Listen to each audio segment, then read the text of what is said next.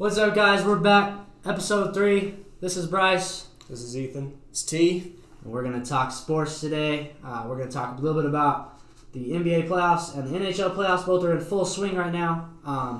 We got NCAA college basketball. We got some big news going on there, especially locally, I guess, in the WAC, Western Athletic Conference, where our Aggies dominate every single year. And then most of all, so excuse me, my throat is a little messed up.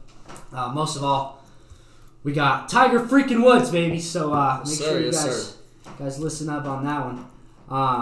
We want to make sure you guys follow us on Twitter at sports_triad, and also if you follow our Instagram at the Sports Triad podcast. Is it podcast? No, it's not podcast. No, it says in the bio. It's just the Sports Triad. Yeah, the Sports Triad. And also we've got our Dswin shirt winner picked out, so make sure you guys stay tuned to see if you guys won. And then also follow us on Twitter. Bryce's Twitter, my Twitter is ice_Bryce. We got Tennessee's is Tennessee_Owens. And you got Ethan's is Ethan_Alvarado_. All right, so we're going to jump right into the NBA. T, take us away. All right, big weekend in the NBA, big-time basketball weekend. We're going to break down each matchup, just kind of give you guys a little bit of information on what went down over the weekend. So let's get right into it. First game of the day yesterday was 76ers versus the Nets. Nets kind of shocked the basketball world a little bit, 111-102 on the road. D'Lo had 26 points, 4 assists, didn't shoot it great. And Karis LeVert, 23 points off the bench. And Ed Davis off the bench, 12 points, 16 rebounds. As far as Philly, Butler, 36 points, 9 rebounds, kind of the only bright spot for them. And then Joel Embiid, 22 and 15 on 5 of 15 from the field. And Simmons, nowhere to be found, 9 points, 3 assists. A little bit of game info. Brooklyn shot 11 for 26 from the 3. It's around 45%. Maybe a little bit less. And then 24 for 26 from the line. They got fouled a lot. They made the free throws. Big thing with Philly, 3 for 25 from the 3. That was kind of the big eye-opening stat there. So you ain't winning no game making 3. Not in this NBA, especially Ben Simmons. He needs to find a jump shot, man. E, go ahead and talk about this game. I don't know. Stats aside, I mean, the worst part is what overmasked the entire game was the fact that they made such a big deal about Amir Johnson. Yep, the phone. The phone. If you guys don't know, Amir Johnson, he's an inactive player for the 76ers. He's on the bench with Joel Embiid next to him, and he's checking on his phone, and they're looking at it, and they zoom in. You can see that they're scrolling through messages. Yeah. And it came out that he was checking on his daughter. Yeah, I guess his daughter was sick or something. Which is, I mean, I guess, but I think what they said is that he should have let a team official know, because that's an instant fine. You're not allowed to have any electronics unless it's team affiliated. But I understand. At first look, when it I looks first awful. saw it, I'm like, man, Yeah, that looks bad. That looks terrible. What a bad look. In the league. But then, I saw some NBA players speak out on Twitter, which kind of made sense. Like Draymond Green tweeted something about, do you guys check your phone when you're at work? So I can kind of see what they're saying. They're at work, checking his phone, especially in this instance. But at first look, I definitely see where people... Just a big spotlight. Yeah, it's one thing, though, like if you're playing in the game, like you're a regular, like you know you're going to get minutes. But the guy hasn't had minutes in a long time. No. So he knows he's not going to play a lot with this team. No. Yeah. So, yeah, big game there. It's going to be an interesting series. I think we all originally either picked 76ers. I had 76ers in 5, so we'll see. I don't see that happening. Simmons they won't be that next level team unless Simmons can develop that jump shot. Without that jump shot, they're not gonna go anywhere. Yeah, no doubt. Simmons got to figure that out in the summer whenever the season ends. All right, moving on to the next round or to the next game. Magic versus the Raptors. Another shocker. Magic went up in there, played extremely well. DJ Augustine hadn't been in the playoffs in I think 9 or 10 years. Dude went 25 points, 6 assists, 9 for 13 from the field. Pulled out a big time 3 with 3 point something left. And 104-101 victory on the road. Aaron Gordon, double-double, 10 points, 10 rebounds on Toronto. Kawhi Leonard always does what he does, around 25 points, 6 rebounds. Our boy Pascal Siakam balled out. He's hooping right now, man. 24 points, 9 rebounds. And what do you know? Playoff Lowry is in full effect. 0 points, 0 for 7 from the field. Did have 8 assists, and he was plus 11, but still, man. I think it's crazy to me because... You think when you don't play well, you still get your average. You know what I mean? Like we'll talk about it later, but DeMar DeRozan played terrible. He had 18 points on 6 of 17. He averages around 20. Kyle Lowry's not even scoring. Like, he's just a non-factor out there. We have, us three right here, and our viewers and listeners have as many points in the playoffs right now as an All-NBA player. It's bad. Yeah, that's terrible. It's bad, and that's a reoccurring thing. It's a narrative for Toronto in the playoffs. You know that you're not going to get Lowry. Lowry hasn't played well yet in the playoffs, and he's a vet now. That's crazy. Orlando shot 40. No team either. Toronto shot better from the field, and they shot 33% from three. Orlando only shot 40 from the field and around 50% from three. And Orlando, on paper, it looks like Toronto would have won that game because Orlando only had 19 assists on 36 made field goals. That's never good. So yeah, I mean, it's gonna be an interesting series as well. I'm a little bit shocked. I think I predicted a sweep. I don't know about you guys. Yeah, I had a sweep. Yeah, I think I had the Clippers series and this series having a sweep. So be interesting to see what goes on there. I guess we'll move on to the next one. Bryce's Warriors played the Clippers. Played the Clippers last night. Really entertaining game, even though it was a 17-point win. 121-104 in regulation. Curry 38 points, 15 rebounds, 7 assists, 8 of 12 from the three. Durant 23 points. Andy was ejected because of the thing with Patrick Beverly's a little punk. I love it. I said it last week. I'll say it again. Patrick Beverly, you get out of Punk here. isn't the word that comes to mind. He's soft. As far as the Clippers, no production from the starters. Montrezl Harrell off the bench, 26 points. I think he had 6 rebounds as well. And then Lou Williams does what he does off the bench, 25 points, 9 assists. I don't think he's ever had that many assists ever consistently. Golden State hovering 60% from the field, 47% from the three. That's unreal. And you know what they do. They move the ball well. 31 assists on 45-minute field goals. And the Clippers turn the ball over 17 times. You're not going to win very many games, especially against the Warriors. You know what I mean? But I know Bryce wants to throw in his little bit about Papa Steph over there. Oh yeah. I mean, it's just crazy to me. After I continue to watch, I've been watching Steph for a long, long time, and even still, some of the plays he makes, most of the time, of which are 3-pointers, makes me jump out of the couch. It doesn't matter. Out of the couch? You were in it? Yeah, you're in the couch. I'm sitting up you're in the cushions. Yeah, you're inside the couch. I could be sitting up in the cushions, and he'll make one of those crazy step back threes where he turns someone around, and I'll still go crazy. And I know it bugs my dad and everyone at my house, but, especially Brady. Oh yeah, because Brady's not a. I don't know. Brady told me the other day I kind of like Curry more. He's a generational player. Yeah, he's so much fun. Obviously, 38, 15 rebounds. Somebody boxed him out, and 7 assists. He was close to a triple-double. Yeah, triple-double watch in the third quarter. Yep. But I mean, yeah, you're not going to beat the Warriors when they play like they did the other night. I don't care who you are. I don't care when you played. 121 points, and they made it look easy. Yeah, seriously, that's a lot for the playoffs. Yeah. And then you can see some of these playoff games, man. For those that say they don't guard anybody in the NBA, watch the playoffs. The NBA is a long season. It's 82 games, so it's hard to go out there and guard every night. 84 to 74. 84 to 74, that Celtics game. Yeah. And the 104-99, that's, you'll see it. And even this one. Moving on, Spurs versus Nuggets. Another upset. Not in my opinion. I think the Spurs are a better team. 101-96 on the road again. DeRozan did not play that well, but he did a lot of other things. 18 points on 6 of 17 from the field, 12 rebounds, 6 assists. LaMarcus Aldridge didn't shoot it well either. 15 points, 6 of 19 from the field, 8 rebounds. But it was by committee with the Spurs, and it has been since they've been winning 50 games for 20 straight years. As far as Denver, Jokic does what he does, man, at 7 feet tall. 10 points, 14 rebounds, 14 assists. Triple-double from the center position is unreal to see what he leads the team in assists. And then Gary Harris shot it pretty well, 7 for 12, 20 points. Denver shot 21% from the three, and San Antonio shot 48 from the field and 47 from the three. And the longest run of this game was 6. No one really went on runs. It was just San Antonio kind of holding a 4 or 5 point lead most of the game. And that's kind of what they do. They're methodical in what they do. So I know you guys probably both watched this. What do you guys? Any thoughts on this game? Just the way that Utah ended the game, they had a chance there at the end, and I mean, you put the ball in one of your better playmakers' hands, and Jamal Murray, and he just turns it over. Yep. And then misses a pretty good look at what it would have been a just got his pocket shot, and then turnover again. I mean, you can't have that, especially this time of the year. And Denver's inexperienced, man. They're still figuring that thing out, and that's the first time that Mike Malone's had that group in the playoffs. Mm-hmm. So that was a good game. We'll move on. to today's games. Another good slate of games. Technically yesterday. But yeah. You know what I'm saying? Technically yesterday. But yeah. We're out here. Yeah, because We're out here grinding. Yeah. Late night grinding. Yeah. Pacers versus Celtics. Low scoring game.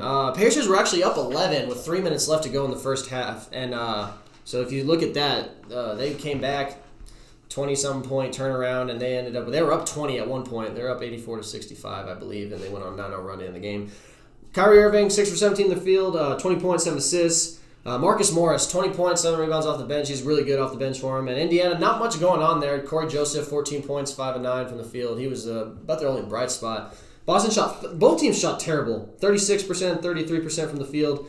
Boston turned it over 17 times on 18 assists. So that's never good. And Indiana shot 22% from 3. That's pretty good if you ask me. 55-42 on the rebound margin. I think that's what won the game. They out-rebounded Indiana by a lot. And then only 29 points in the second half for Indiana. Well, then in the fourth quarter, Indiana only had 8, right?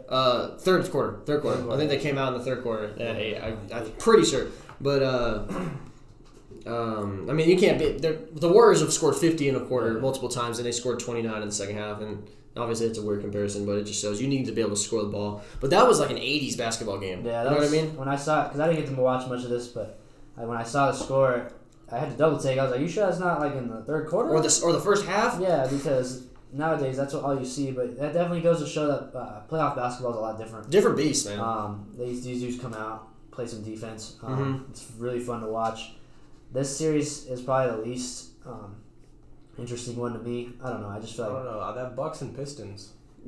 Yeah. Well, I mean, getting to watch Giannis all the time was fun. But there's really no... I mean, you got the Celtics with all the superpowers, but Indiana, there's really no one I really want to watch on that team. Looking back, I probably would go, if I could redo this, make this a 4-0 sweep for the Celtics because the Pacers just look like they don't belong. But, yeah, that's all I got for that game. Yep. Yeah, that was, kind of a boring game, even though it was low scoring, and even though the Celtics won.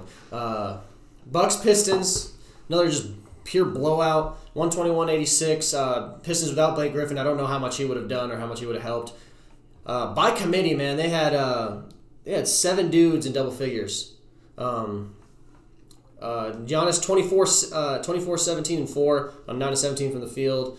And they had 26 points just from 2 guys off the bench, and that helps. And they play a lot of guys, man. They played 6 dudes over 10 minutes off the bench, and that's without Tony Snell and Malcolm Brogdon. So I know they were up a lot, but I mean they'll go 10 or 11 deep on any given night. As far as Detroit, not really a whole lot there. Andre Drummond does what he usually does, double-double, 12 and 12. Maybe not minus 45 for Andre Drummond. That's pretty good. God. He got ejected there in the fourth. I turned it off. He got ejected? Yeah, he got ejected. Yeah, don't do it. Giannis went up for a shot and gave him a hard. shove. And, hard foul? Yeah, hard foul. He gave him a flagrant 2, tossed him, and then Blake off the bench was jawing at a ref, and they gave him a tech too. Mm-hmm. Yeah, that's the crazy part is I have completely forgotten about Blake Griffin. It's the fact that you even said his name. I was like, wait. Yeah, he's had a great year, but he's hurt right now. I don't know what it is. Maybe a knee or something like that. You should probably get on the court. Yeah, get on the floor, man. They want to cut that almost 40-point blowout down. Yep. Moving on, another really good game that I was able to catch a lot of this. The Thunder and the Trailblazers, 104-99. Trailblazers won at home. Westbrook 24, 10 and 10, triple double. Paul George has been dealing with a lot of shoulder stuff. He said he hadn't picked up a ball since the Houston game at the end of the year, and this is his first time shooting. He was 26 points, 8 of 24 from the field, 10 rebounds. Lillard had 30 points for the Trailblazers, and Enes Kanter against his former team, 20 points, 18 rebounds. Shut a lot of the people up that says he can't guard anybody, which he can't, but it doesn't matter if you get 20 and 18. Not many people are going to say much about you. And C.J. McCollum, 24 points on 24 shots, not really efficient, but they still won. OKC, 5 of 33 from the field. I don't know if us 3 could do that if we tried. And then Portland, only 14 assists on 36 field goals, so they're probably going to want to get the ball moving a little bit, but I think with Lillard and 19 McCollum, turnovers? Yeah, 19 turnovers. And with Lillard and McCollum, you're going to get a lot of one-on-one ball, which is what they want, but I think they turned the ball over a there was little bit only too much. 31 total offensive rebounds for both teams in this game. Yeah. So, I mean, that's a lot of up and down running. Yeah, they got up and down. I mean, not a lot of second chance. Yeah, points. and then neither team's shot it particularly great. I guess for 104.99, you could shot a little bit better. Rockets versus the Jazz. Just another blowout. Was never really close. It kind of got out of hand right around the second half. Harden had 29, 10, and 8. Didn't shoot it well. I think he was 11 for 25 or 11 for 26. And Clint Capella against his, I guess he calls Gobert his idol, 16 and 12, and Gordon 17 points. And Gobert 22 and 12, and Mitchell 18 points on 7-18. Utah turned the ball over 18 times, and Houston made 15 threes and made him pay. And Utah only made 30 shots. In the NBA, that's not going to cut it. No. I mean, that translates to a 30-point blowout. Yeah, they got blasted, and that happens. Quinn Snyder's a great coach. I'm assuming he's gonna make some adjustments, and I can't imagine that he won't. But Houston's a hard team to play against, man. The way that they play and the style that they play with those threes, because it's different. Yeah, it's just like it's kind of like the Warriors. It's just not as well tuned. Yeah, I need Utah to step it up there. My least favorite team in the NBA is definitely the Houston Rockets. Why? Because I just don't like any of them. If I ever Really? saw them on the street, I would probably punch them. You're gonna punch James Harden? James Harden, if you hearing this? You know the toughest. You too, Chris Paul. One of the toughest players in the league plays for the Houston Rockets, and his name is PJ Tucker. So you're telling me if you saw him at McDonald's, dude, you're punching him? I fear God. That's it? Yep. Nobody else? That's it. No, I'm just playing. But no, I really would like to see Utah come out of this solely based on the fact that I don't want the Warriors to have to play the Rockets in the second round. Yep. Which kind of sucks. I wish that they would have been down at the 3 seed, but. Yeah, so much happened. That Rockets Jazz game, 4 scenarios had to happen for that to happen, and they all happened. So neither team were expecting to play each other. So good first weekend of games. I think a lot of surprises, and then a couple blowouts, a lot of surprises. So we'll see what happens in the game 2s starting this week, and I think we'll also some competitive series. Make sure we've been advertising our NBA bracket challenge. Make sure you guys jump in on that. For some reason, you guys can still fill out brackets till Thursday, so that'll give you all you can fill an you can fill out advantage a on bracket. everyone in the league. But yeah, Thursday night I think is the deadline. Yeah. So make sure you guys hop on there. Just get on to NBA.com and go to the bracket challenge, and there's a search bar that'll pop up. You just put in the Sports Triad, and it'll take you right to it. There's about 20-some people in there, and like we said, the winner will get us a prize. And we'll keep y'all updated on what that prize is. Yeah, we've got the link in our Twitters too. Yep. Go look at there on Instagram. It's in the bio. Check it out. Pretty easy. All you got to do is make an account. If you have an account already, just throw our name in the group search thing and join the group. It's free to play. There's no password, right? No password? No password. Yeah, no password. Yep. All right, Bryce. I think we got our golf guy. Moving on to the Masters. Oh wait, nope. Don't go ahead too quick. We got some major NBA news in the coaching ranks. T's a little more knowledgeable about this than us too. Yep. T, go ahead. Got a little ahead of myself. Outside of the playoffs, there's a lot going on. Obviously, for those that know, Lakers are big time in the news this week. They fired Luke Wallen, and there's a lot of Lakers coaching rumors. The most recent one, Monty Williams, has been granted access, and on both parties, Lakers and Monty Williams have been granted access to interview and meet. Monty Williams is the head assistant in Philly right now. So and Ty Lue. Ty Lue, I think that they're going to go with Monty Williams. I think Ty Lue's an awful coach. I don't know why he was a coach in the first place. LeBron was the coach. Yeah, LeBron was Ty coach. Said, yes, LeBron, anything for you, LeBron? Yeah, I never thought he was qualified. I think he just kind of walked into the job. I don't know. I just don't think he's a very good coach. And then Dave Yeager's fired.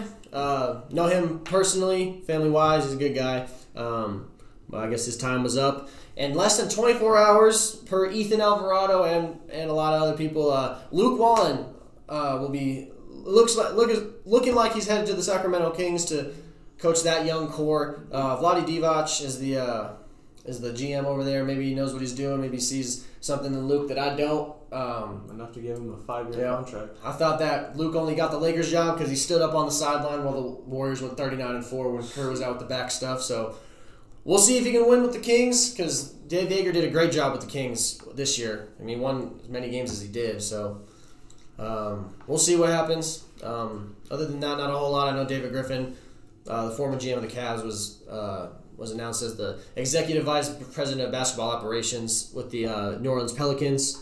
And other than that, not a whole whole lot of news in the NBA other than some coaching stuff. So, is that it for the NBA? That's it, man. All right. Golf guy. Yeah, we got Tiger Woods. That's all I need to say. Next topic. No, I'm just playing. But yeah, Tiger Woods, man. It don't even matter if you watch golf every single weekend or if you watch it once a year and that's during the Masters. The fact that Tiger Woods was able to pull this off today is absolutely incredible. Yep. Couldn't be happier. If there was anyone I would have wanted to win this tournament, it was Tiger Woods. You also just see the reactions from everyone on social. There at the Masters, even competitors of Tiger Woods like Ricky Fowler, JT, getting up on Twitter saying, "Man, we can't really be upset about this for not winning. If there's somebody we wanted to win, it's freaking Tiger Woods." But no doubt. Yeah, so Tiger finished at 13 under, solid score. He was trailed by Dustin Johnson and Koepka. Those are two big old dudes. And you got Xander also in there. Tony Finau was a couple shots behind them. And you got big time names up in that. There's a star-studded leaderboard. In that top 10, yeah, you got Ricky, you got Jason Day, who played through, looked like some serious back issues all weekend. Yeah, John Rahm, right? Finished in tied for 12th. Good old Cooch. I fist bumped him after he got pissed at Sawgrass one time. You got pissed at Sawgrass? No, pissed, like he went piss. Oh, he went to the bathroom? And you're like, good job? And he won that tournament. For some reason I was standing there by myself. I don't know where everyone was. Kuchar was in the lead at the time. Uh-huh. I'm standing there by myself. I don't even know where the ball bully was. My dad. Ball bully. I'm standing there, and in between holes, and all of a sudden I hear golf cleats, and I'm like, what? And I turn. He comes out of a porta potty, walks. It's just me and him. There's no other fans. So you're like, I'm either gonna... And I was just like, and I'm looking up, and I'm like, holy crap, that's Matt Kuchar.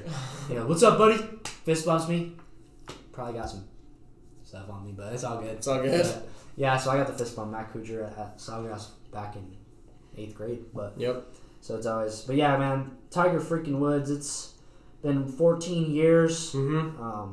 It's just the Masters. How many since the Masters? 14? 14 since the Masters. 11. And the last major he won was in 2008. Yeah. Which one was that? The U.S.? Was it the U.S. or PGA Tour? I'm not too sure. I don't know. That's 11 years. Like my little brother, I told him that Tiger Woods won. Kid's 9 years old. Yeah. He had no idea who Tiger Woods was. There we go. That's crazy. That's crazy, man. It's definitely exciting because it was not one of those, oh, he just got lucky. He freaking looked the part. Yeah, he looked... throwing darts, sticking it 10 feet, knocking down putts. That's what you need to do in that. And he played just solid golf. He wasn't all over the place and just he didn't have a ton of saves. Yeah. You know, he was sticking. He was getting his drives right in the middle of the fairway. He got it on. All of his approach shots were right on the green, and he did what great players do, and that's 1 or 2 putt. And I'm sure I didn't look at it, but I'm sure if you go back and look at his fairway and reg and his green and regulation percentages, had to be up there. Had to be pretty high up there because that's what it takes. He was living on the greens. Exactly. Yeah, and he's usually a really good putter, if anybody knows. And he actually was a 2-putter most of the. Yeah, I mean, a lot of that had to do. Weekend. There was some serious weather issues, especially on Saturday. Yeah, talk about that, Bryce. You play golf more than anybody. Yeah. How does that affect your play and your approach to golf shots? Yeah, and stuff like that? I mean, I've had some. I mean, sure, we live in Cruces. We don't get rain much, but I like to golf in the summer a lot, and that's during monsoon season, so there's always thunderstorms every day. But you look at Saturday, I believe it was like middle of the round probably, and the weather alarm started going off, and that kind of throws these dudes off. You're sitting at a putt. I saw Tiger Woods. He had hit it right before the alarms went off, stuck it 8 feet. And instead of going to the clubhouse because their weather was coming to rain, he walked all the way up to the green, marked his ball, and he stood out there for about 5 or 6 minutes just looking at his putt so he could go back to the clubhouse and visualize that, which is pretty crazy stuff. But talking about playing in crazy weather, it's not easy, man.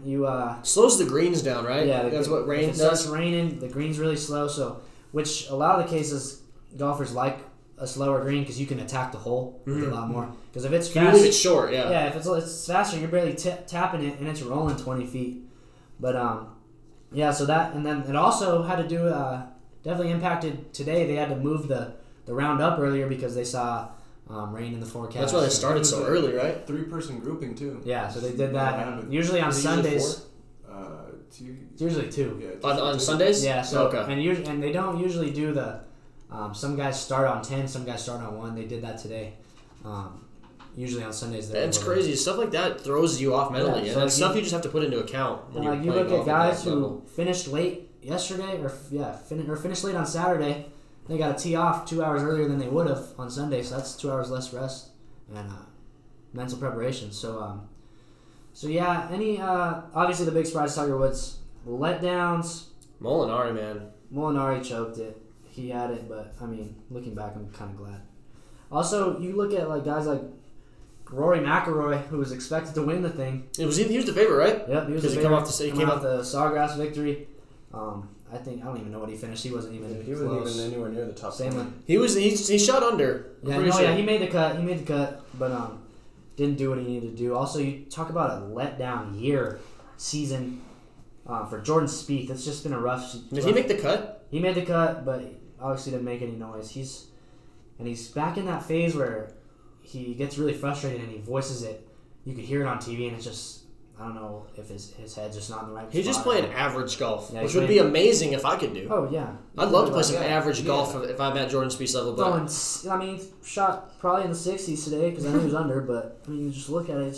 It doesn't look the same, huh? He's such a dominant golfer, and he's struggling right now, so we hope he can get back on. But yeah, so that's the Masters. Got to wait a little bit. I believe the next one is PGA's in July. Yep. U.S. Open's next, I think. I think so, right? Or is it? It's U.S. Yeah. Next is the. Is that at Bethpage? RBC Heritage is the next big. Oh, that's the next. Well, that's the next week, right? Yeah. It's the next tournament. Yeah. So the next major, I believe, is the U.S. Open, and I think they said it's gonna be in Bethpage Black, which is a cool course. Let's see. But yeah, so big weekend for sports, man. Definitely That's cool. Huge. A lot of stuff to talk about. I also forgot to mention earlier in our intro, we do have a freaking sweet interview coming up with Shunn Buchanan for the New Mexico State Aggies. So make sure you guys stay tuned to that. Yep. Now that we're getting into NCAA men's basketball. So let's talk about that, guys. Yeah. Go ahead, E. You see those new rules? Yep. Allowing prospects, or they're able to declare for the draft, hire an agent, basically test the waters, see which teams like them, gauge where they're going to go, and if they don't like it, they can say, I'm going back to college. Yep. Yeah. So the new rule. The rule before is if you can hire. You could the rule before previously what it was is you could still declare for the draft, but you couldn't go with an agent. If you sign with an agent, you were instantly considered a professional. Now you can't. Now you can hire an agent and still return. So you can now return to school if you're undrafted. So you can go through the draft process. And if you're not drafted, you can go back to school, but you can only do that if you've participated in the NBA Combine. So you got to get an invite to the Combine, and then. If the NBA changes its rules, which it seems like they're getting towards with the one and done stuff, elite high school prospects, so all the top 100 guys are going to be able to hire an agent in high school as 17, 18-year-old kids and go through the same process as these college players. So what do you guys think about that? Like, do you guys like the new rule change? I think it allows... I was never a fan of the one and done. I always thought it was either let them go out of high school if they're that good, like Zion Williamson, or... I was always saying, stay there for 2 years, at least. That's half your career in college. Yeah. I mean, obviously injuries aside, you look at crazy incidents like Zion and stuff. You don't want these dudes to get hurt. That'll eventually make money. But at the same time, college basketball is freaking awesome. Like the NBA, you got the NBA and all that, but you guys know my argument with the NBA. Yeah, and college basketball. College basketball is so much fun. I'm sure to play. College basketball is so much fun to watch. The March Madness is, in my opinion, the greatest. Oh yeah. The greatest part of sports that we have. But yeah, I was never a fan of the one and done. I think they should get rid of that. Yeah, definitely. And Adam Silver is awesome. Oh, yeah. He's super innovative and he knows what he's doing. And I think a huge thing he has going is he loves that job and he wants to. He's the one constantly talking. He's talking about like bringing in a mid-season tournament. So it's like how the Champions Cup for the NHL, like you can win multiple things. So like that way your season is not such a letdown. So I think he's gonna. Get us towards get the NBA towards a one and done list world. That'd be the best thing. Yeah, I guess we'll move on to what else. Another NCAA basketball thing is this has obviously been talked. This has been talked about for decades. Every sport in college. Bring back NCAA football. Exactly, and that's related to it, and that's basically paying the players. And we'll talk about something with that, with Will Wade. He was reinstated at LSU when he was blatantly cheating. Literally said on the phone, I made this kid a great offer. He's like, it was great. Thousands. And I was like, what? But he was reinstated, and then so like, what do you guys think? Do you guys think that we should pay the players? I do. Yeah. Oh, for sure. These guys are. I mean, I can see both sides, but I'm more on the pay the player side. Yep.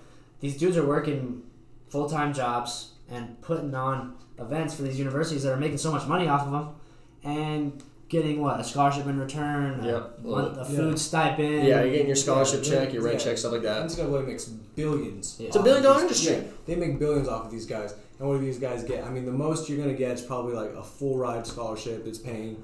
I mean, if you stay all 4 years, like if you're playing football, I mean, you're probably going to max out probably around $100,000. You know. Oh, at least, yeah. But I mean, what's that compared to these programs that bring in $100 million? Or like Texas, who brings in billions. Yeah, they have their own TV network, and they have a $1 billion Nike deal. Well, and then if you look at like stuff like what ESPN does, you guys see the whole idea of the Zion cam. Yeah, he doesn't benefit You're from that. gonna have a person on Zion Williamson the entire game, watching everything he does. First of all, weird. Yeah, that's kind of weird. And second of all, you're making so much profit off of Zion Williamson. Yeah. And nothing else. Your camera? He lived on ESPN the entire year. Like, Bleacher Report, ESPN. Being a Duke guy. Ethan probably creaming his jeans while he was watching that. The entire time.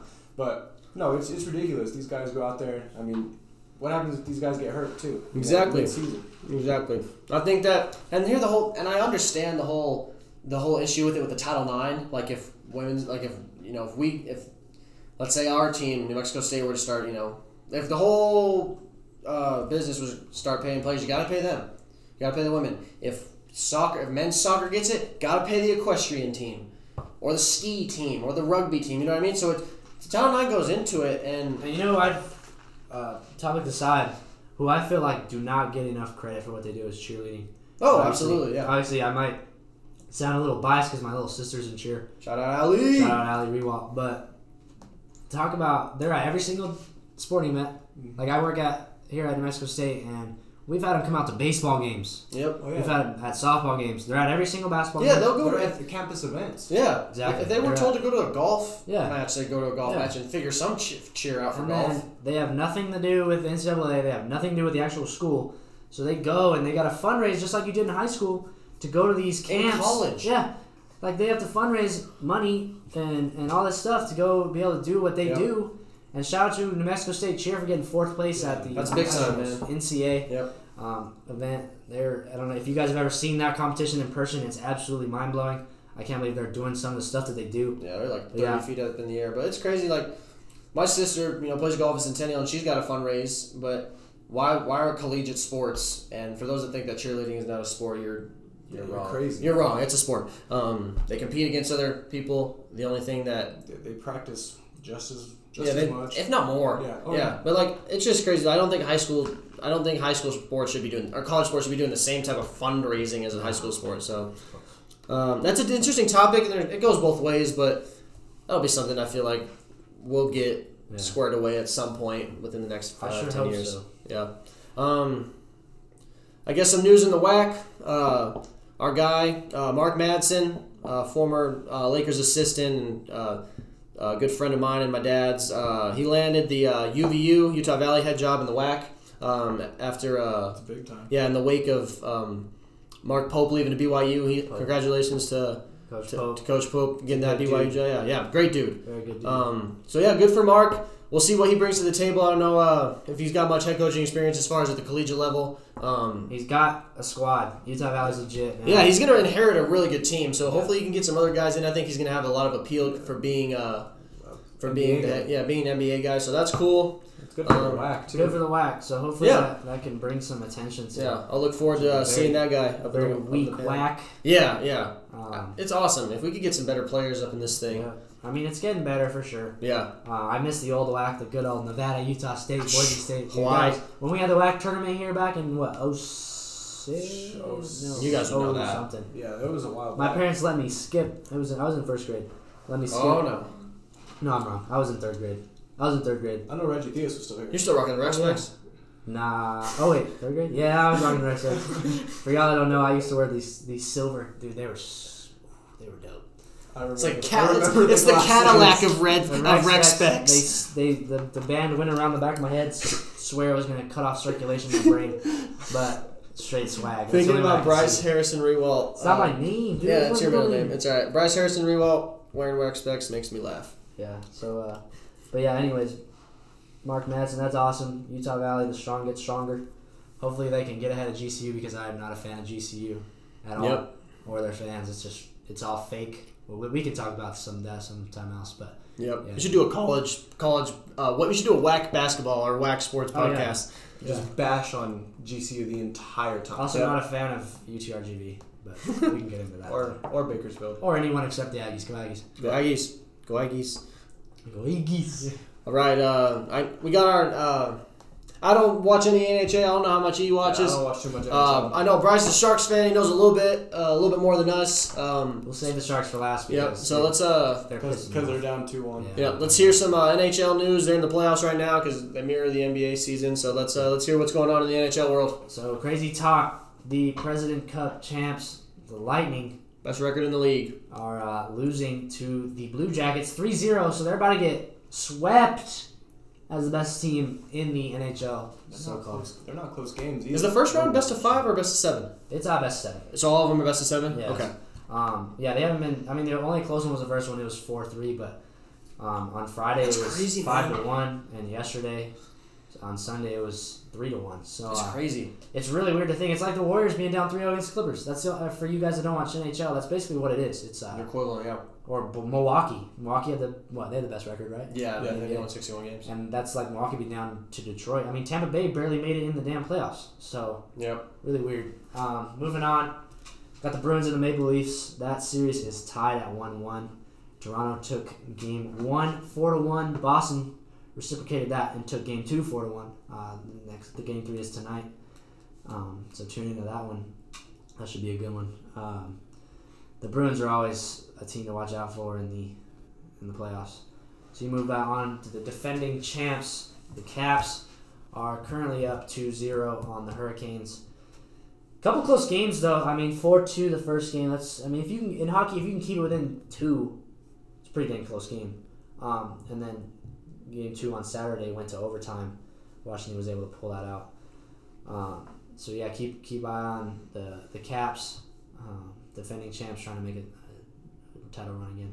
There we go. Yeah, they're good, man. They're always good. Yeah, definitely. So then moving on, another sweep going on, which is crazy. And I love it. The Penguins are down 3-0. They're losing? Down 3-0 to the Islanders.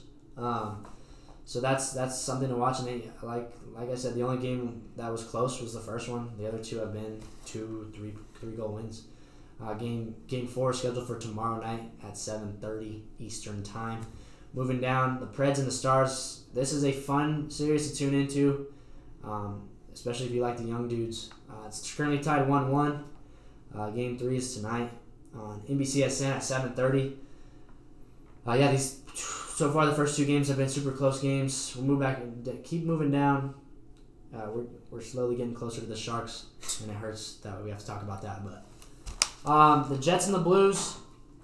Not really. This is the one series I don't really know much about. You got Winnipeg. Do you anybody know where Winnipeg is? Obviously Canada, but no, I mean not, dude. It's Winnipeg. I have no idea. Not a clue. But the not a clue. The St. Louis Blues are leading. Sounds like a good series. I kind of just hope St. Louis wins, so we don't have to even talk about the Winnipeg Jets. Shout out Sam Orff, St. Louis. Even though he's from St. Charles. Sam Orff? Yeah, Sam Orff. From UAH? Yeah. That dude? He's from St. Louis, but he's really from St. Charles, so I don't consider him part of St. Louis. Also, you suck. Shout out to Sam Orff. He's doing his thing over at UAH. Yeah, he really sucks, though. Okay. We'll move on to the Flames and the Avalanche. That series is currently tied at 1-1. The last game looked a little better, especially from Colorado's perspective, getting to go to overtime and pulling out the win after getting smoked 4-0. So tune in tonight for Game 3. And here we are at the very dreaded series that I don't really want to talk about. Dude, Sharks suck. The Sharks are down 2-1. Ducks should be there. Okay, the Ducks. If you have a team called the Ducks, you shouldn't even be playing sports. They started out 0-14 to start the season. There we go. Yeah, they're pretty legit. But yeah, the Sharks. It's just gonna hurt to talk about this. We go and we win the first game 5-2, and then you get smoked the second 2 games. The crazy talk about Friday's game was Vegas went up 3-0 in the first period. Sharks come back and score 3 right right in their face. So it's tied 3-3. Vegas pulled away. Get that card in my face. 2 later goals. Keith Roberts is a Vegas Knights fan, and he always Shout out Keith. giving me crap. Yeah, shout out to Keith. Yesterday the Knights go on and blast. It wasn't even close. 6-3. Gee, 6 goals. 6 goals. I don't know what's going on with Jones or Martin Jones in back there. I don't even know if he played tonight. I don't know back and forth. I wouldn't have played him. Yeah, Martin Jones looks like he was getting toasted, but hopefully we can get it together come Game 4 Tuesday night. But yeah, that's all I got for hockey. We'll keep that going. Just keep y'all updated. Make sure y'all tune in. That's a fun sport to watch. Yeah, go watch that, man. Like, if I you don't care if you have a team. dude, just go watch the physicality. Yeah. Go watch, dude. There's just a bunch of dudes. Those are just a bunch of men out there just nailing each other up against some glass and trying to get a circular puck 4 inches, 3 inches long, and they're trying to get into this technical flat stick. Yeah, flat stick. On Yeah. ice. That's a hard sport to play, man. I tried hockey one time and So, it was yeah, really, really bad. If there's any series to go specifically watch, I would definitely go watch the Lightning series. See if this really happens. I don't know if this. I need to do my research. For hockey fans, this is unprecedented. Yeah, I don't know if this doesn't has ever happened, or the President's Cup goes and gets President's Cup winner gets swept first round. Yeah, crazy. So tune into that one. Obviously, like I said, tune into the Stars and the Preds. That's a fun series to watch. Got some rookies in that I don't even know how to pronounce their names. I'm not even going to try. Probably some Canadians, right? Yeah, and then obviously Russians, yeah. the Sharks will make a comeback. We will win. Speak it into existence. 4-2. Oh, predicting it? Predicting 4-2 win, and we'll be moving on. Is that all we got for sports?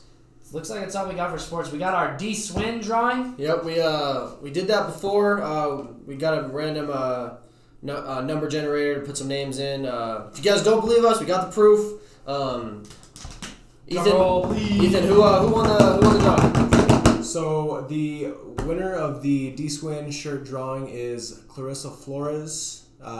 We will be contacting you through Twitter, letting you know the details, stuff like that. Get you that shirt here soon. Sweet, yeah, congrats. Yeah, and also, thank you guys, everyone who's been retweeting and favoriting. We appreciate it. It's big time. The support's been unreal. The support's been awesome. We've been going to random places and people are coming up to us that sometimes we don't even know, and they're like, hey man, the podcast sounds good. So we hope to be able to keep this going, and we can only do that with y'all's help. And also, we got like I said earlier, we have an awesome freaking interview coming up right now. Yep. My guy. Shunn Buchanan, that dude for the Aggies. Probably, I would say he's one of the team captains. Yeah, he's a captain. Outside basketball, he's a fan favorite. Everybody loves him, and Just a good dude. yeah, great guy. One of my teammate, and obviously really close to him. Kind of took me under his wing whenever I first got here. So he's gonna be a great interview. And also, like we did a Dswin shirt, we're gonna do a New Mexico State men's basketball shirt. If you can retweet this, favorite it, we'll do another giveaway. It's some Aggie gear. It's some Aggie gear, straight off the press. Go Aggies! Fresh off 30-win WAC championship season, record-breaking wins in a season. Gotta love our Aggies. But yeah, so Stay tuned, guys. Yep. Stay tuned. It's coming up right now. Here's Shunn Buchanan.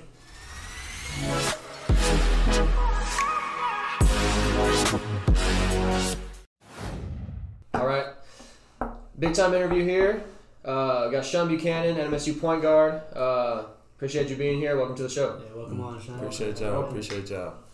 All right, so we'll just get right into it. Like I said, point guard here at New Mexico State. My teammate. Let's talk about your experience outside of basketball a little bit. Talk about Las Cruces and how you like the city since coming here a couple years ago. So we'll talk a little bit about that. Moving from small town Durham, Mississippi, population approximately like 1,400. It was very different, but like the transition was very tough too. But like the community of Las Cruces and the people is just so nice, so it's been like making an easy transition. That's dope. And as far as the South, what are some differences that like some clear cut differences from the South compared to Las Cruces? Some differences is like in the South you barely get like conversation from people like just walking around. Barely get conversation. It's very racist down south. And just here they show more love here, more talkative, more spirited. compared to the South. Sweet. All right. So you're from Mississippi, you said, from small town Mississippi. Talk about kind of what Mississippi means to you, coming from, being there your whole life and growing up and going to JUCO in Mississippi. So talk about a little bit what that means to you. Even though I don't want to move back to Mississippi when I'm done with college, it's a very special place to me just because most people that come from there come from nothing. They have to work twice as hard. It's hard to get out. Not many resources. So my whole point of coming to college is just show kids it's a way out of Mississippi and just kind of like a platform. Platform. Just try to bring back as much as I can when I'm done here. No doubt. Yeah. So I mean, we all know you got a brother over at Mercy. Shout out Shaq. Yep. Yeah. He actually followed us. He followed us on the podcast. Yeah, shout out to the follow, man. Shout out to that. But so what's it like watching your brother play while you're over here? I mean, he's playing with one of the top dudes in the nation. So talk about what that's like having your brother over here and you're over here. What that's like. To be honest, I'll start off by saying it's very fun. Just like seeing all the accomplishments he made. He's a great competitor. He's a winner. He's a great dad, a great role model for people.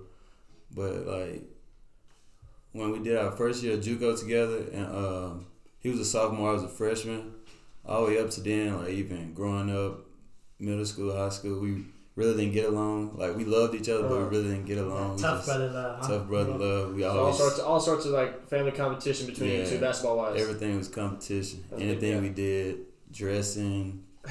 Who had more drip? More drip. Who did? Who had more drip? Yeah, come on, settle it. He got more drip. He liked to spend his money. I like to save mine. But like, it's been very great to see him doing his thing. I barely watch him play because I don't like watching him play. Watching him play because like I feel like I bring bad luck to him. So I just bad like, energy. Yeah, I just like to check his stat after the game. I always talk to him after the game like you should have did this more. Even though I didn't watch, I could tell by his stats like because I know his game so well. Did you watch him in the tournament this year? Yeah, I watched him in the tournament for sure. Yeah, I think he was on right after we lost, right? Yeah, he played right after that. So we got back to the hotel.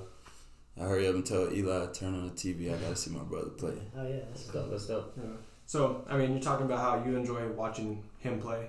We enjoy watching you play, man. I love being out there in the crowd. As soon as you come on the court, you just play with, a lot of energy. It's fun to watch. I want you to talk about, what you bring to the table, what you try and get out there on the court, how your style of play, your role on the team, stuff like that. My first year here, my sophomore season, I thought I was gonna come here, start, be the man, just like everybody else would think. Yeah. I had a up and down sophomore year. I feel like I played great defense, but like I didn't affect the game as much. So the next season coming in, me and James had a meeting. He was like, "You're not having the career you thought you would have, right?" And I told him yes, and he was like, "You know what? It's fine, because most kids not having the career they thought they would have." And he just challenged me to be more of a leader and just affect the game in different kind of ways. So I took that upon myself. Like, even though I don't score as much points as anybody, get more rebounds than anybody, I'm gonna change the game. I'm gonna get the fan into it. It's funny. I think Shunn says it maybe once a week. He's like, I get the most respect for averaging 2 points a game. You should. The 2 points, 3 points that he gets a game, they're big. Like they come at the right time and it swings momentum. Like, I think top 5 moments with Shunn for me is we were talking about Eli getting 1,000 points. I was like, I told Eli it took him 10 years to get it, and then I think Shunn's like, yeah, I'm trying to get there too. I was like, you trying to get the 100-point club? And then Shunn goes, I still haven't hit that yet. Yeah. So why New Mexico State? Like, what caught your attention? What made you want to come out here? It was all Coach Jans. Coach Jans is the reason why I came here. Did 1 year at JUCO. I was a qualifier, so I could leave and go D1 if I wanted to, or decide to go back to JUCO. I had decided and made my mind up that, at first I went on a visit to Georgia Southern, and then it didn't work out there, so I had decided and made my mind up that I was going to go back to JUCO regardless, just to get some bigger offers or better opportunities. And then Jan started recruiting me. And then it was like, he didn't give up. He just kept, like, he was persistent. So he just kept going. I told him no twice, actually. And he just kept He don't going. like that. He does not like that word. I'm like, no, sir. He kept going. He brought me on a visit. And just the things he was telling me, he was very real and genuine about it. And yeah, you can tell he meant this. Yeah, he's a no nonsense guy. Like, he's gonna shoot you straight. Mm-hmm. So like what he's gonna tell you probably is, you know, what's gonna happen. True. And like the day I left my visit, he told me all the nice stuff over with. It's time to get to work. I'm gonna be hard on you because I know that's what you want. And my mom agreed with it, and I agreed with it. So we decided to come to Las Cruces. Yeah. So I mean, we're down there, like especially like me and T were down there just because I'm working and he's on the team, obviously. But we see some of the stuff Jan's saying, or the way he's yelling at y'all, and that's crazy. I mean, do you like that form of coaching, like when he's up in your face yelling, or are you kind of more of a, you like the coaches who are more passive about it? I don't like it. I love it just because I understand like what he mean about it and what he's trying to do. It's not personal. It's not personal at all. Yeah. It can be anybody, coaches, anybody. You gonna hold everybody to a certain standard, and that's the best way for him, and that's the best way for us because we're winning that way. Yeah. So. It seems to work for you guys. Coming off a 30-win season, setting the record here. So I mean, the obvious elephant in the room that in the city actually was the Auburn game. Very tough game to watch. Can you talk about the emotions going into that game, during the game, and after, and what your thoughts were on that game? The emotions going into the game, we was very confident. Like our first year, my first year here, we played Clemson and San Diego. We was like kind of iffy. Like we knew we could compete with them. Like we knew we was gonna be in the game just because how hard we work every day and Jan's preparing us. But this year it just felt like we wanted more. We was never satisfied. We just could. I just felt like we could have made it to the Sweet 16 or even more if we just took care of that game. I think we all agree on that. I mean, you're 1 point away from a Final Four team. So, but I mean, so like, talk about what your thoughts were during the game as it was progressing. My thoughts during the game was like we never panicked. Like that's what I was most proud about.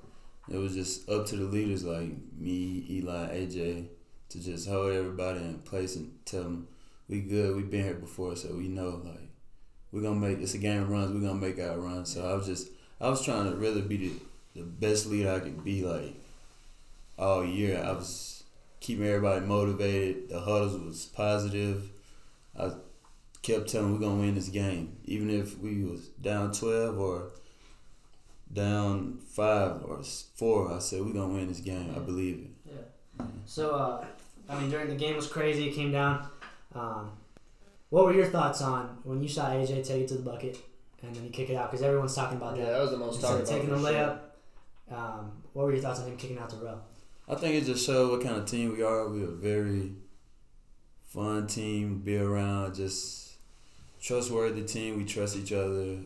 We love each other, and we play the right way. So when he made that play, I wasn't thinking he should have took the layup or anything like that. I think he made the right play actually because Okeke was coming in. Okeke was trailing him, and AJ's 5'8".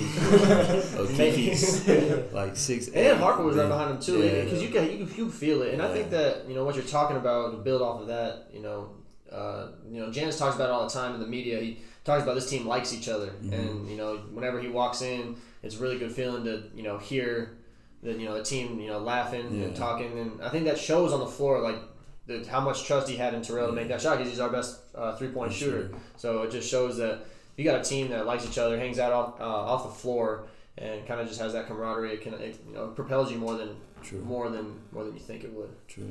So then another question is obviously Terrell's free throws at the line. That's such a tough situation for anyone to be in, whether you're high school, college, professional. Those are tough. Well, I mean, you got to make at least 2 of the 3 to send it to overtime. What do you tell him after the game? After everything's all said and done, do you have to console him, or what was he feeling? We were just all like, bro, we put you on there 9 times out of 10. You would make all 3. We didn't want anybody else. We wouldn't want anybody else besides Terrell Brown on that line, and he knew it was a big moment, but he stood up there and tried to make all 3. That's all we can't really be sad about it because like I don't know. It's just I don't know. It's crazy to talk about it because I for sure thought he was gonna make all three because we was on the bench. I'm like, yeah, we win this game. He finna make all three. And that last one, man, it sat on the front of the rim. It just, like Coach said, it just wasn't meant to go in. Yeah. You know, sometimes it happens. Basketball guys aren't in your favor. And we still gave ourselves a chance though at the end. Johnny crashing and deflecting the ball. Yeah, and he wasn't the reason that we lost. No, You know? It's like, I mean, obviously that happens, but we gave ourselves 2 chances. We got a chance, and they got offensive rebound. It went back to us, and then we got Trev got the shot, and just didn't fall. Yeah. Great play at the end there, getting Trev so open. And I mean, I feel like in that situation too, the way Trev's been playing lately, that's the dude you want shooting that final shot. Yeah. Just because of the way he was. So, what were your thoughts on that play? And then when you saw it didn't go in. What were the kind of thoughts right after it happened, and then in the locker room too? You could just tell on that play. You could tell Janice trusts us because it was actually supposed to be a live play. But Trev broke it out because 2 Auburn players kind of bumped into each other. And he broke it off, and he got a good look at it. But he was telling us like, bro, I rushed it. Like I didn't know I had that much time. Yeah. And Janice always tell we have more time than we think. But like at those moments, anything could be going through your head. So it was a great shot. I know it. Next time you have that shot, you'll hit it for sure. So in the locker room, talk about what that was like after the game. Locker room, it was a band of brothers sticking together, staying positive. Even though we just lost the game, we was just stand together, staying positive, telling them, bro, we gonna be back. That was the whole mood in the locker room. Yeah, we're gonna be sad back for sure. Yeah, sad, disappointed, but it was just shows we'll be pretty good next year too. Yeah. All right, moving on. We're gonna talk about your favorites from the year. So talk about your favorite game. So any game from the year, talk about your favorite game and why.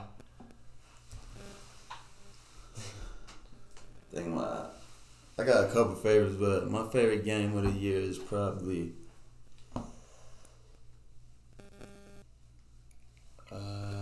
I'll say between Bakersfield at their place and GCU at our place, but like I'll choose Bakersfield just because it showed like what kind of program this is, what kind of coach we have, and what kind of players we recruit. Just gritty, grimy players that never quit fighting.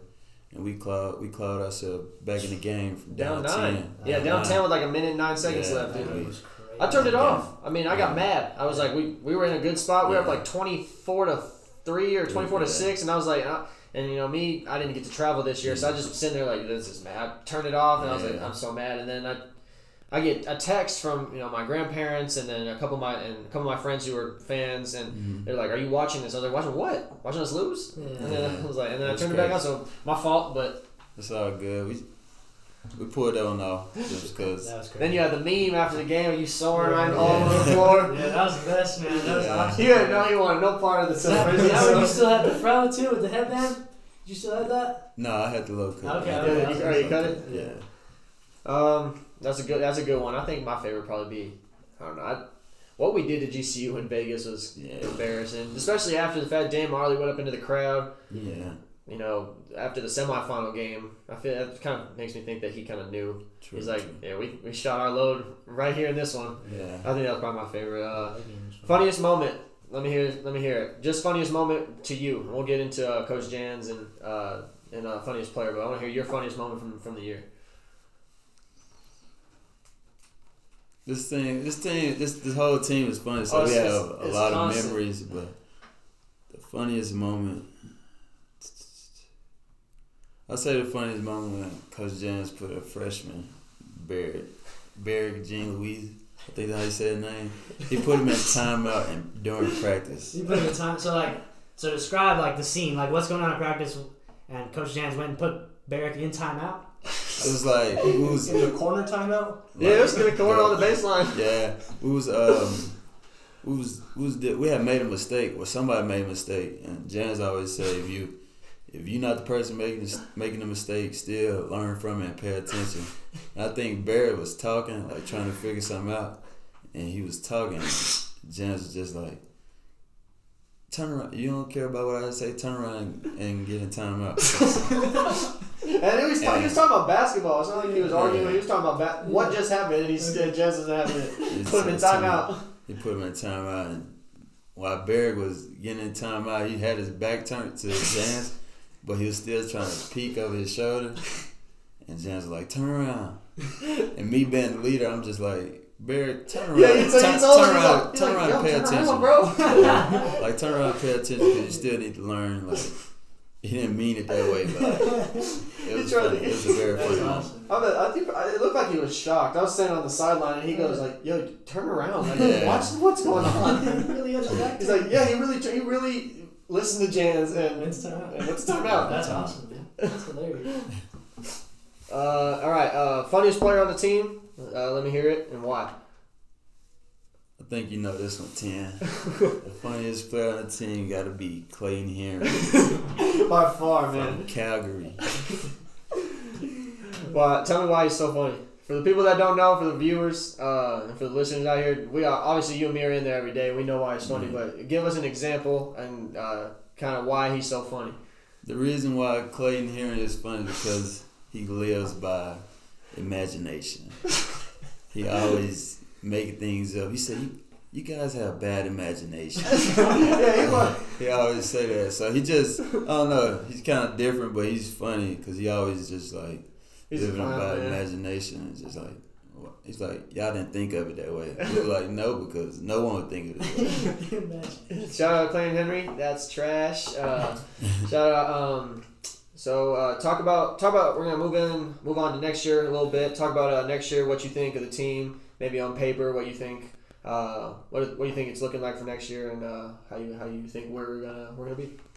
Next year is gonna be very exciting and fun. Just because on paper we're bringing most everybody back, but like when next year get here, my whole motto gonna be we back at ground zero. We haven't did anything last year. It doesn't matter.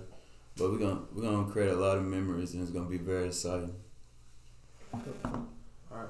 So career aspirations, yeah. Whether it's school, basketball, what is it, overseas, maybe the league. What are you thinking? My career aspiration is to be a great basketball coach when I'm done playing. That one. Heck yeah.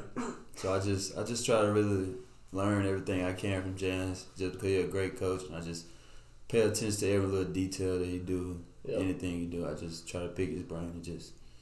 So, question here: are you gonna coach like Jans, or you got your own style? I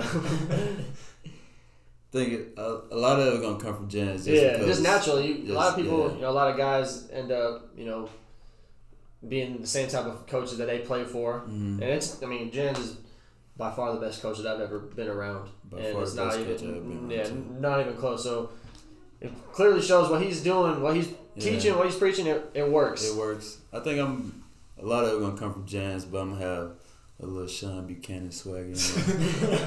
Little players coach. Little players coach. All right. So we got a little thing that we ask at the end of every interview. Give me your all-time top 5 NBA players. On the spot. Yeah. It don't have to be by position. Just give us your top 5. All-time top 5: LeBron, Kobe, Michael Jordan, AI. I like AI. That's a good one. I'm gonna throw one big in there: Shaquille O'Neal. Okay. You are you Kobe? Are you Are you a Kobe or a Jordan guy? Which one do you like? I'm a LeBron guy. So okay. So my next question: MJ over LeBron or no? You like LeBron over MJ? Who's the GOAT? I'm gonna have to say MJ because LeBron doesn't have that killer instinct. I wish he had. Okay, I see. So that's a cool 5. I don't know if you know our guy Dswin. We did an interview last podcast, and his top 5 he had Dwight Howard. He doesn't know nothing about sports. Dwight Howard, Chris Bosh.